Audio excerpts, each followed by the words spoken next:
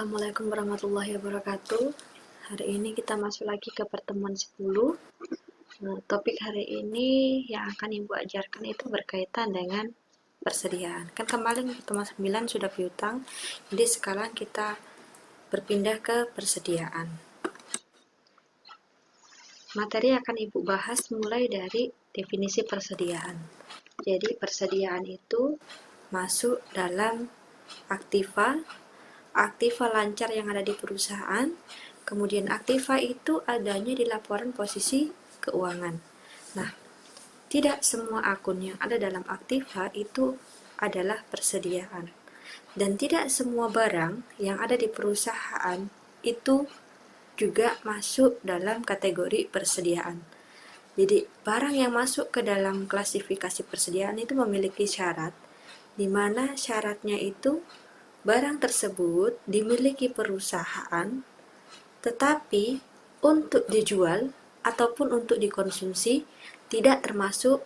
Inilah yang termasuk dalam klasifikasi persediaan. Jadi kalau tidak untuk dijual atau tidak untuk dikonsumsi, maka dia tidak masuk dalam klasifikasi persediaan. Nah, ini ada definisinya. Jadi semua barang yang dimiliki perusahaan pada saat tertentu dengan tujuan untuk dijual atau dikonsumsi dalam siklus operasi normal perusahaan. Nah, siklus operasi normal perusahaan itu adalah siklus yang adik-adik kenal selama ini dalam laporan keuangan. Jadi ada periodenya, itulah yang dibilang siklus ya. Periodenya adalah antara 1 Januari sampai 31 Desember. Ya, itu satu periode. Kita lanjut lagi. Sebenarnya untuk apa sih tujuan perusahaan melakukan penentuan jumlah persediaan? Nah, sebenarnya penentuan persediaan itu digunakan karena angka atau jumlah total dari persediaan ini nantinya akan disajikan di dalam neraca. Jadi di neraca itu ada namanya penilaian persediaan, yang mana kalau Anda buka laporan posisi keuangan, ada di situ akun persediaan, kemudian ada jumlahnya. Nah, itulah yang dibilang penilaian persediaan. Kemudian ada maksud dan tujuan yang kedua, yaitu untuk penentuan laba rugi periodik atau income determination. Nah, laba periodik itu adalah laba per periode. Laporan laba rugi ya, itu isinya kan pendapatan dikurangi beban. Pendapatan bisa berasal dari penjualan perusahaan. Jadi pendapatan yang berasal dari penjualan perusahaan, maka yang terjual adalah barang dagangan. Barang dagangan adalah bagian atau masuk klasifikasi ke dalam persediaan. Maka untuk menghitung atau menentukan laba rugi periodik membutuhkan informasi dari penilaian persediaan. Kemudian di situ ada lanjutannya, yaitu melalui proses mempertemukan antara kos barang. Nah, kos barang yang dijual dengan hasil penjualan. Nah, kos barang itu kalau kita bahasa kos dalam bahasa Indonesia kan ditulis kos. Kalau dalam bahasa Inggris adik-adik biasa kenal kos pakai C ya, COST. Itu kos. Kalau biaya berarti biaya barang. Nah, biaya barang ada beban barang, ada beban, ada kos. Ada cost, ada expense. Jadi adik-adik harus bisa bedakan ya, ada cost, ada expense. Ini kita lanjut lagi. Nanti yang akan kita pelajari terkait persediaan itu mulai dari isu persediaan, barang basic dalam persediaan, biaya yang termasuk dalam persediaan, serta asumsi arus biaya. Nah, ini semua yang akan kita pelajari dalam satu pertemuan ini. Kita masuk dulu ke klasifikasi persediaan sebelum lanjut lebih jauh. Jadi, klasifikasi persediaan ini adalah jenis-jenis persediaan yang ada di perusahaan berdasarkan penggolongan persediaan berdasar pada jenis perusahaannya. Jadi ada perusahaan, biasanya adik-adik selalu menghafal, ada 3 jenis perusahaan. Perusahaan yang bergerak di bidang jasa, bergerak di bidang dagang, bergerak di bidang manufaktur. Nah, kalau perusahaan jasa, dia tidak punya persediaan. Kalau perusahaan dagang, dia memiliki persediaan. Nama persediaannya itu persediaan barang dagangan. Kemudian aktiva dalam bentuk siap dijual ada bahasa lanjutannya ya, kembali kepada pelanggan. Karena biasanya perusahaan dagang itu dia hanya membeli barang jadi kemudian menjual kembali tanpa ada tingkatan pengolahan lebih lanjut dari barang yang dia beli. Nah, ini yang dikatakan Aktiva dalam bentuk siap jual kembali kepada pelanggan. Kemudian ada perusahaan manufaktur. Kalau perusahaan manufaktur, persediaan itu ada 3 di dalam perusahaan. Persediaan bahan baku, persediaan barang dalam proses, dan persediaan barang jadi. Nah, ini persediaan barang dalam proses, ada sebagian orang yang mengatakan itu persediaan barang setengah jadi. Kemudian perlu diketahui bahwasanya dalam laporan keuangan, dalam posisi keuangan itu, akun persediaan dengan akun piutang itu memiliki perbedaan penempatan ketika Anda memperhatikan jenis perusahaan yang berbeda. Contoh, antara perusahaan dagang dengan perusahaan manufaktur. Ketika diperhatikan dalam laporan keuangannya, maka di situ akan nampak jika perusahaan dagang, posisi untuk persediaan dia ada di atas atau lebih di atas, lebih liquid dari akun piutang. Tetapi kalau untuk perusahaan yang lain ya, untuk perusahaan manufaktur, nilai piutang lebih liquid atau lebih di atas dari nilai akun persediaan. Nah, contoh kalau Carrefour itu, adik-adik tuh Carrefour kan? Kalau Anda perhatikan laporan keuangannya, maka nilai persediaannya jauh lebih tinggi jauh di atasnya atau lebih liquid dari piutangnya. Silakan kalau tidak percaya nanti dicek sendiri. Kita lanjut dulu. Nah, ini yang ada di layar, ini adalah gambar tentang arus biaya persediaan. Jadi ini arus biaya persediaan ini Ibu ambil dari bukunya Kieso. Nanti bisa cek juga di bukunya Kieso. Tidak ada di modul ya. Perhatikan, ini arus persediaan. Ketika perusahaan manufaktur, di sini ada manufacture company, jadi ada perusahaan manufaktur, maka yang menjadi persediaannya itu ada 3, persediaan bahan baku, tenaga kerja ini ya, overhead pabrik. Tapi di sini labor dan overhead pabrik ini bukan bagian dari persediaan, karena yang persediaan itu hanya raw material. Nah, asumsinya begini, perusahaan manufaktur membeli persediaan bahan baku ini, maka ketika dia melakukan pembelian ada aktual material cost, biaya bahan baku secara keseluruhan, ada di sebelah kiri saya. Berarti kalau di layar, sebelah kiri layar, di posisi debit. Nah, ketika perusahaan akan melakukan proses produksi, maka dari total raw material atau total bahan baku akan diambil sebagian untuk digunakan dalam proses produksi. Jadi ini material yang digunakan.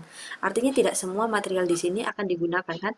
Yang digunakan saja ini akan menjadi kredit di sisi kredit sini ya. Jadi mengurangi total pembelian material yang ada di sini.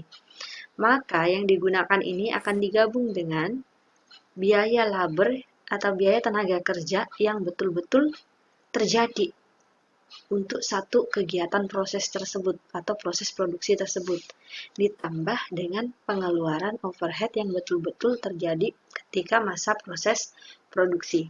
Kalau sudah ketiganya kan digabung dalam kegiatan proses produksi, dia masuk ke dalam akun, kemudian bergabung menjadi, di sini ada tulis cost of goods manufactured. Artinya apa? Itu artinya biaya untuk produk dalam proses atau barang dalam proses atau disingkat BDP. Atau ada lagi orang yang mengatakan, Bu, itu namanya barang setengah jadi. Nah, itu ya, itu di lapangan seperti itu. Kalau sudah selesai akan diproses kembali nih ya, diantarkan dari barang setengah jadi menjadi barang yang sudah jadi.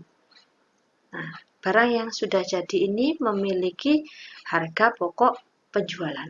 Ini harga pokoknya. Harga pokok penjualan inilah barang jadi. Jadi barang jadi itu ada namanya barang pokok penjualan ya, harga pokok penjualan. Kalau sudah, maka kita berpindah ke perusahaan yang berjenis perusahaan dagang. Perhatikan arus biayanya akan berbeda karena dia tidak melakukan proses produksi.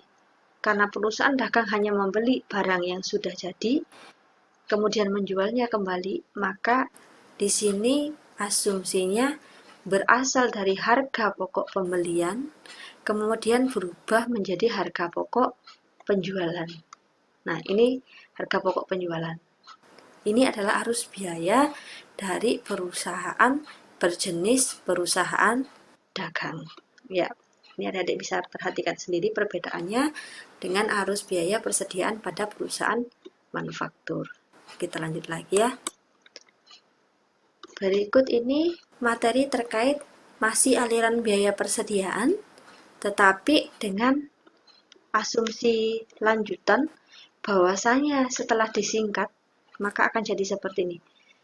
Jadi ini ada vision, inventory atau persediaan awal. Ketika dikasih masuk itu menjadi ini ya, barang yang tersedia untuk dijual. Kemudian ada di sini pembelian bahan.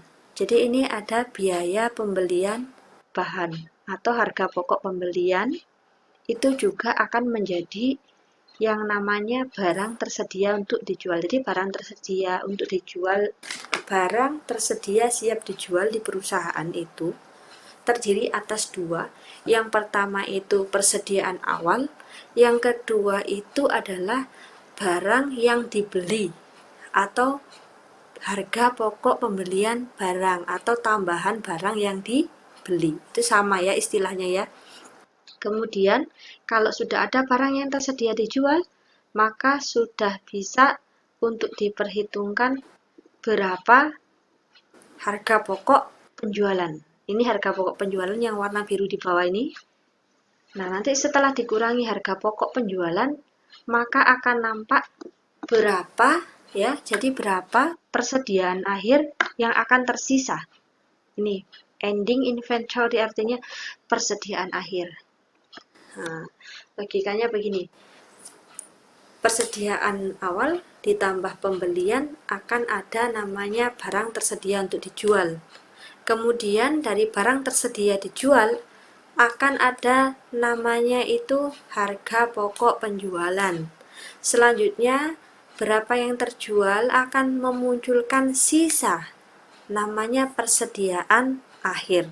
Nah, persediaan akhir di dalam perusahaan itu pada periode ini, pada periode depan akan menjadi persediaan awal. Seterusnya seperti itu.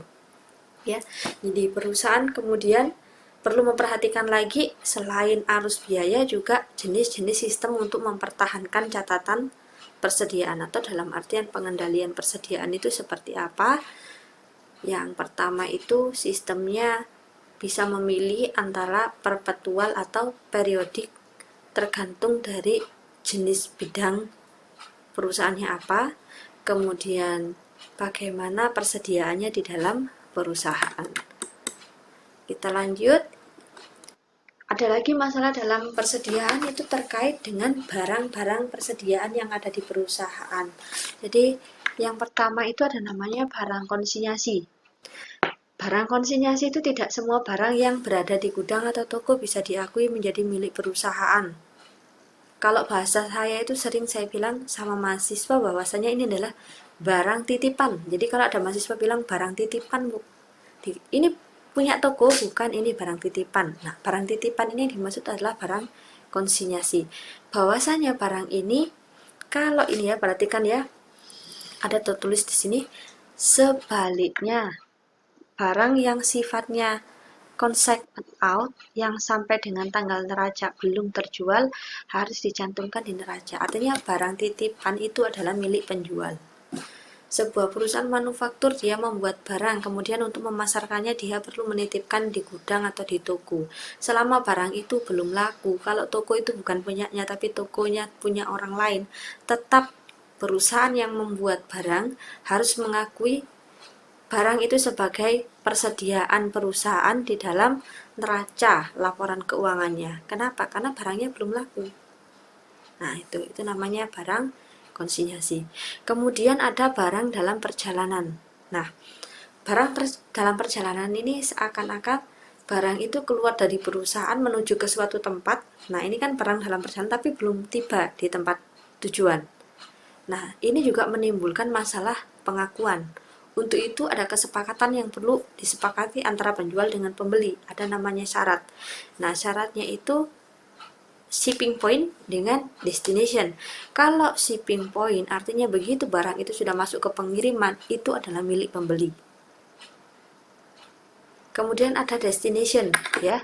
Destination itu kalau barangnya sudah masuk ke gudang pembeli baru diakui milik pembeli. Nah, ini penjelasannya di sini. Perhatikan.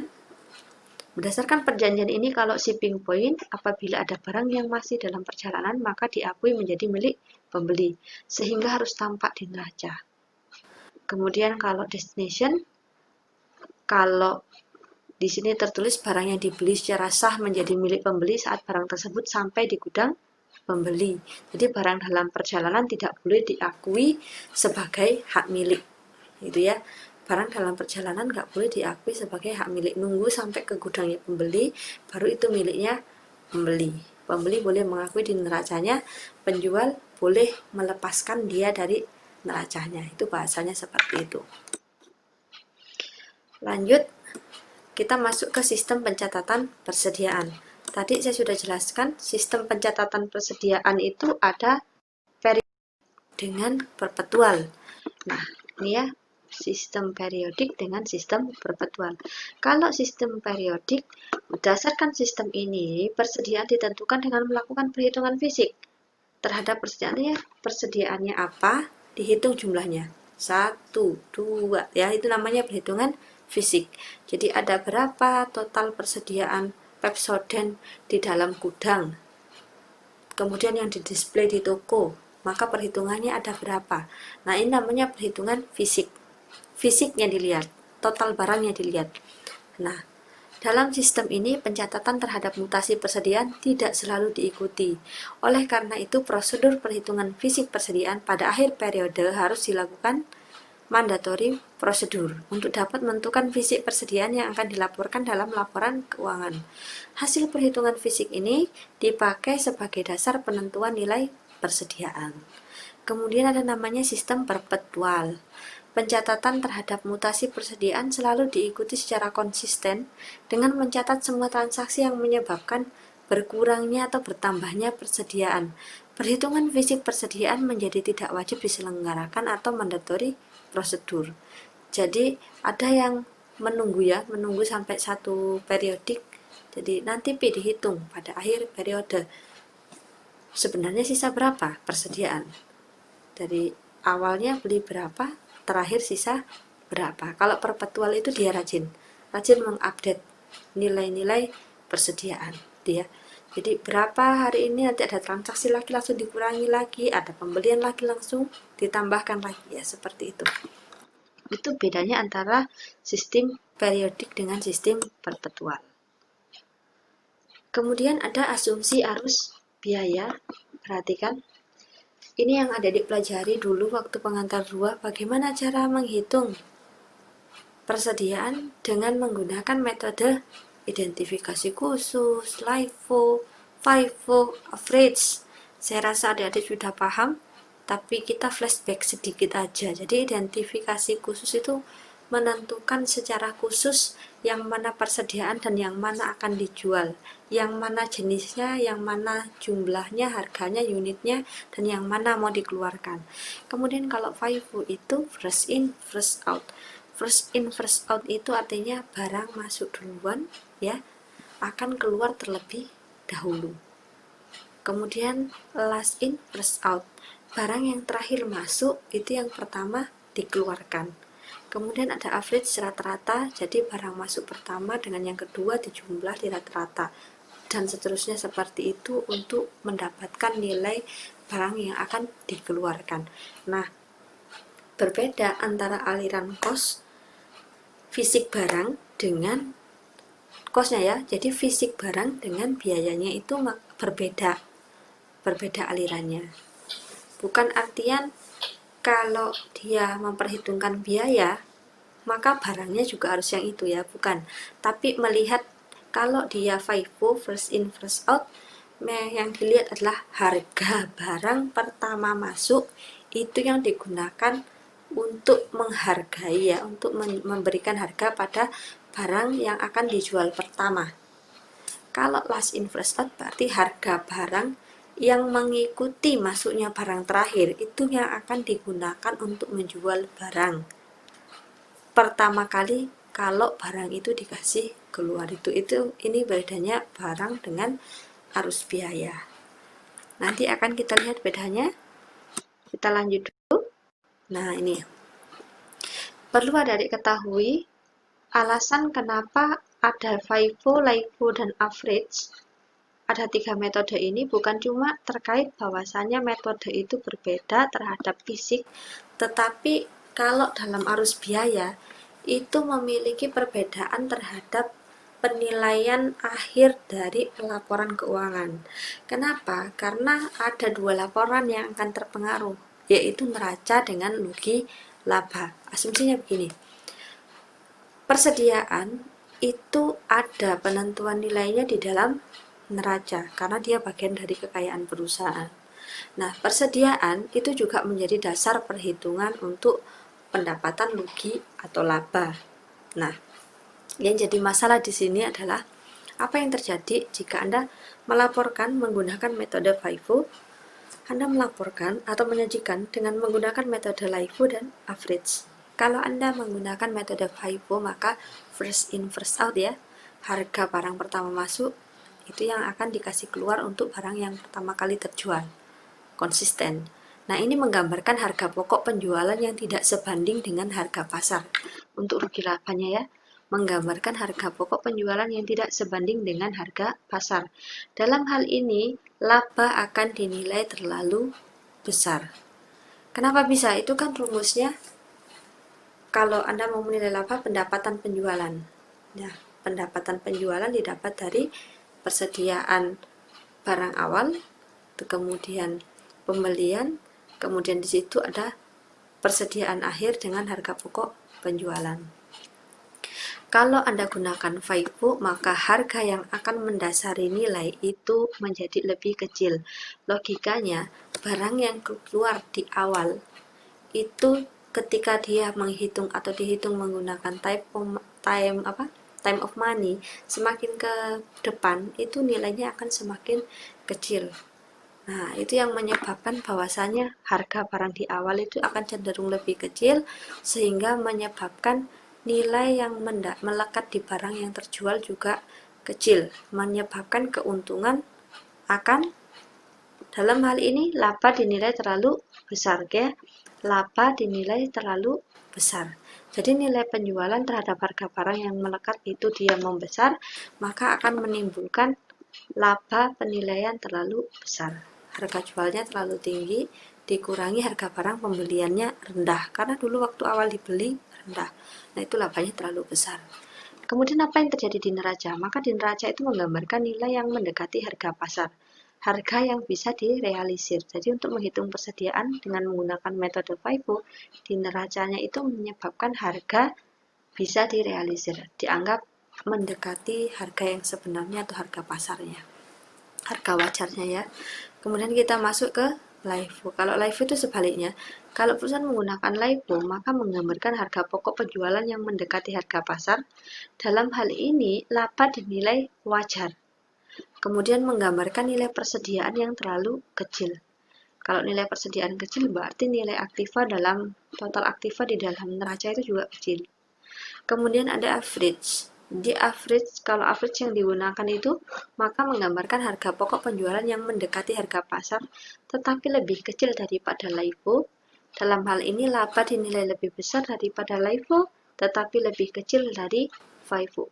Kemudian menggambarkan nilai persediaan yang terlalu kecil, tetapi lebih besar daripada LIFO. Nah, untuk penggunaan LIFO sendiri sudah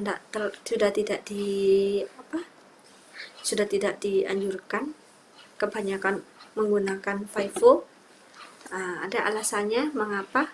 Alasannya ya ini, karena ada perbedaan dalam penyajian laporan keuangannya. Itu ya. Jadi ini yang perlu kita pelajari dulu di periode kita pertemuan 10. Selanjutnya, ini referensinya Ibu, silahkan dicari bukunya, silahkan dibaca. Nanti kita masuk ke perhitungannya. Sebenarnya ada yang perlu diperhatikan sih dalam penentuan metode persediaan atau yang penting di persediaan. Dalam persediaan itu ada proses perpindahan barang. Seperti tadi Bu sebutkan, bahkan ada barang konsinyasi, barang titipan. Nah, ada kasus di mana bahkan yang menjadi kendala itu ketika pembeli dengan penjual sepakat.